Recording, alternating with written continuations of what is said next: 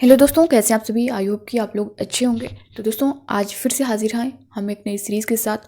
और जिन लोगों ने इससे पहले की सीरीज़ नहीं देखी है वो लोग ज़रूर देखेंगे, क्योंकि क्वेश्चन इंपॉर्टेंट है और सारे क्वेश्चन जो है वो आपके एग्ज़ाम में पूछे हुए हैं। जैसा कि इससे पहले की भी सीरीज़ में मैंने आप सभी को बताया है कि हम लोग किस तरह से क्वेश्चन को सॉल्व कर रहे हैं।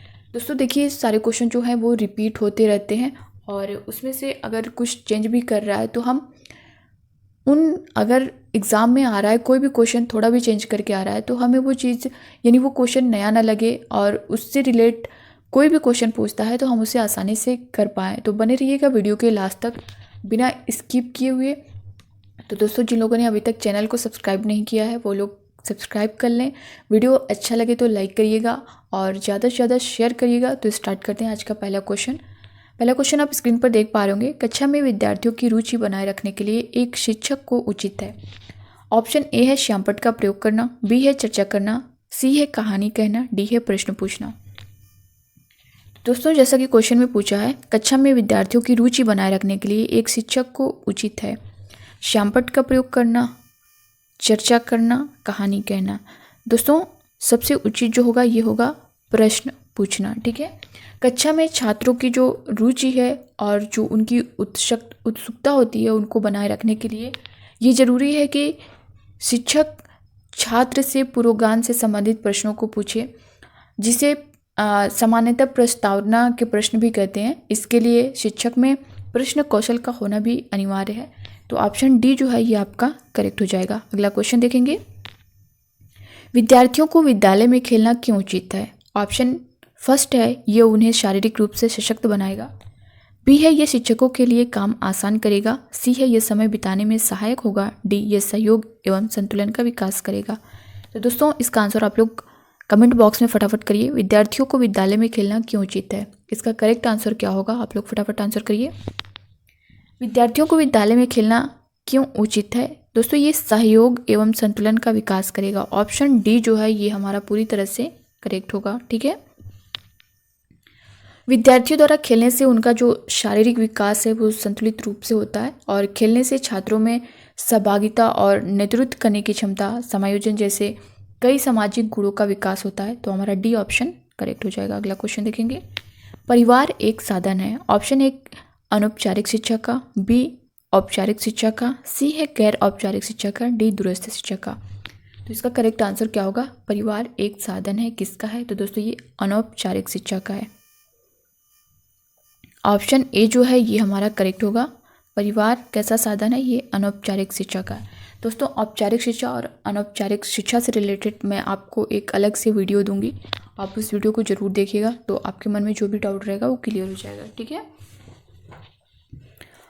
अनौपचारिक शिक्षा वे होती है जैसे बच्चा कहीं से भी या फिर कोई भी कहीं से सीख सकता है, जैसे फैमिली हुई, आस पड़ोस, पास पड़ोस से, ये सारी चीज़ें जो हैं अनौपचारिक शिक्षा में आती हैं। और औपचारिक शिक्षा में दोस्तों वो होता है जैसे आपका विद्यालय है, ये औपचारिक में आएगा। अगला क्वेश्चन हम देखेंगे, एक शिक्षक विद्यार्थियों में सामाजिक मूल्यों को विकसित कर सकता है।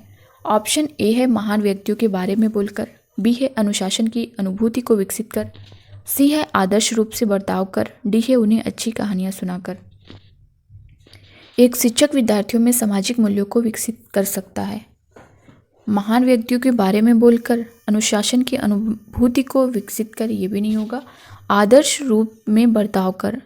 ऑप्शन सी जो है दोस्तों ये आपका करेक्ट हो जाएगा, क्योंकि जो शिक्षक स्वयं को आदर्श रूप से प्रस्तुत करके तथा आदर्श आचरण को अपना कर छात्रों में सामाजिक और नैतिक मूल्यों का विकास कर सकता है। तो ये जो आदर्श रूप में बर्ताव होगा ये करेक्ट होगा। अगला क्वेश्चन देखेंगे, एक शिक्षक के लिए सबसे महत्वपूर्ण क्या है। ऑप्शन ए है कक्षा में अनुशासन बनाए रखना, बी है कक्षा में समयानुवर्ती होना, सी है विद्यार्थियों की कठिनाइयों को दूर करना, डी है एक सुवक्ता होना।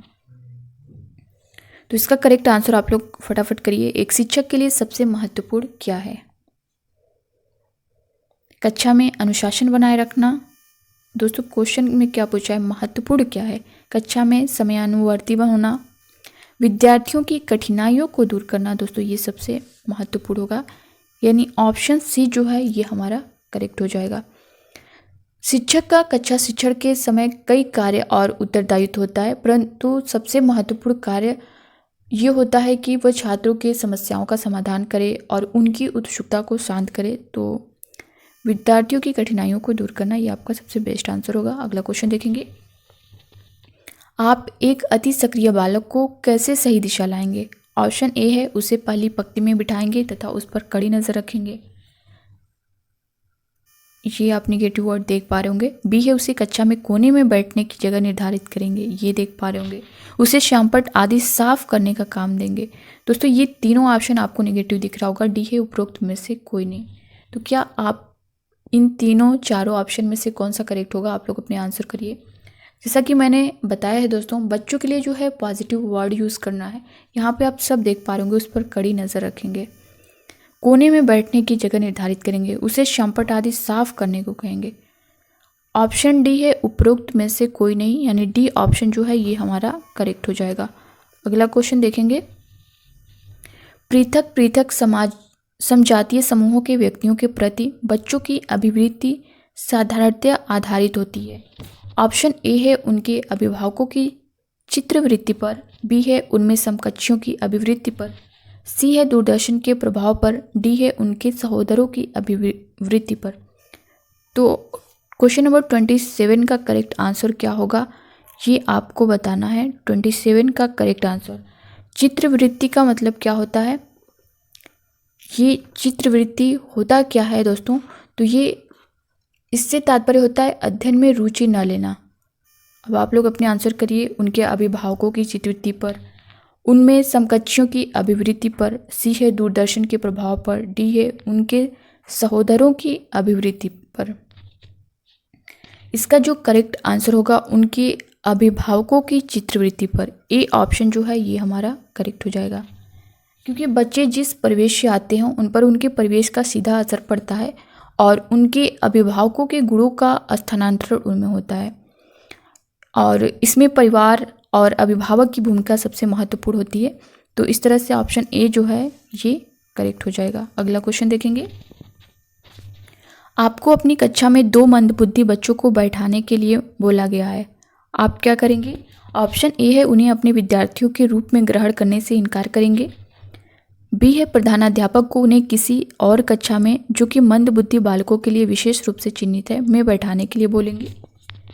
सी है, ऐसे विद्यार्थियों को सिखाने की तकनीक सीखेंगे। डी है, उपरोक्त में से कोई नहीं। इसका करेक्ट आंसर क्या होगा आप लोग बताइए। आपको अपनी कक्षा में 2 मंदबुद्धि बच्चों को बैठाने के लिए बोला गया है। उन्हें अपने विद्यार्थी के रूप में ग्रहण करने से इनकार करेंगे? नहीं। प्रधानाध्यापक को उन्हें किसी और कक्षा में जो कि मंदबुद्धि बालकों के लिए विशेष रूप से चिन्हित है में बैठाने के लिए बोलेंगे? ये भी नहीं होगा। ऐसे विद्यार्थियों को सिखाने की तकनीक सीखेंगे। ऑप्शन सी जो है ये आपका पूरी तरह से करेक्ट हो जाएगा। शिक्षक द्वारा जो है सभी प्रकार के बच्चों को शिक्षा दी जाती है। शिक्षक के लिए ये जरूरी है कि उसे भिन्न भिन्न बौद्धिक स्तर के बच्चों को शिक्षा प्रदान करने के लिए जो विभिन्न शिक्षण विधियां हैं एवं तकनीकियां हैं उनका ज्ञान होना चाहिए। तो ऐसे विद्यार्थियों को सिखाने की तकनीक शिक्षक खुद सीखेंगे। ठीक है, ऑप्शन सी जो है वो करेक्ट हो जाएगा। नेक्स्ट क्वेश्चन देखेंगे, एक शिक्षक को साधन संपन्न होना चाहिए, इसका अर्थ है? ऑप्शन ए है, उनके पास पर्याप्त धन संपदा होनी चाहिए ताकि उसे शिक्षण देने की जरूरत न पड़े। बी है, उनका अधिकारियों के उच्च स्तर से संपर्क होना चाहिए। सी है, उनको अपने विद्यार्थियों की समस्याओं को हल करने का पर्याप्त ज्ञान होना चाहिए। डी है, विद्यार्थियों के बीच उनकी प्रसिद्धि होनी चाहिए।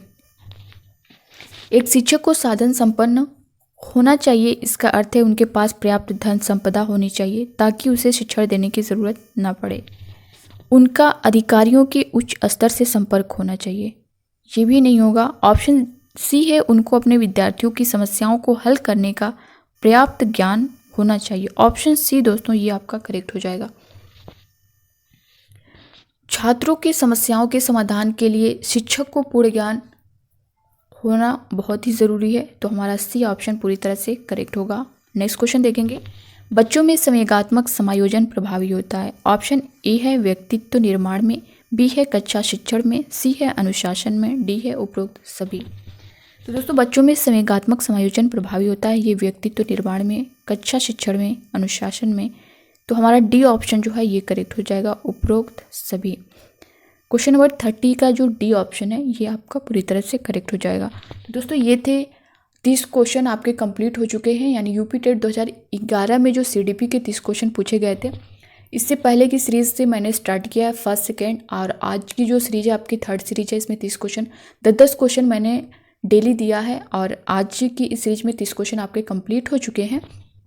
अगली सीरीज में हम लोग अगला जो आपका पेपर हुआ है यूपी टेट का, वहाँ से स्टार्ट करेंगे और 10-10 क्वेश्चन हम लोग डेली सॉल्व करेंगे। और तो दोस्तों ये थी आज की वीडियो, और अपना फीडबैक कमेंट बॉक्स के माध्यम से ज़रूर दीजिएगा कि आप इन 10 क्वेश्चन में कितना कर पाए।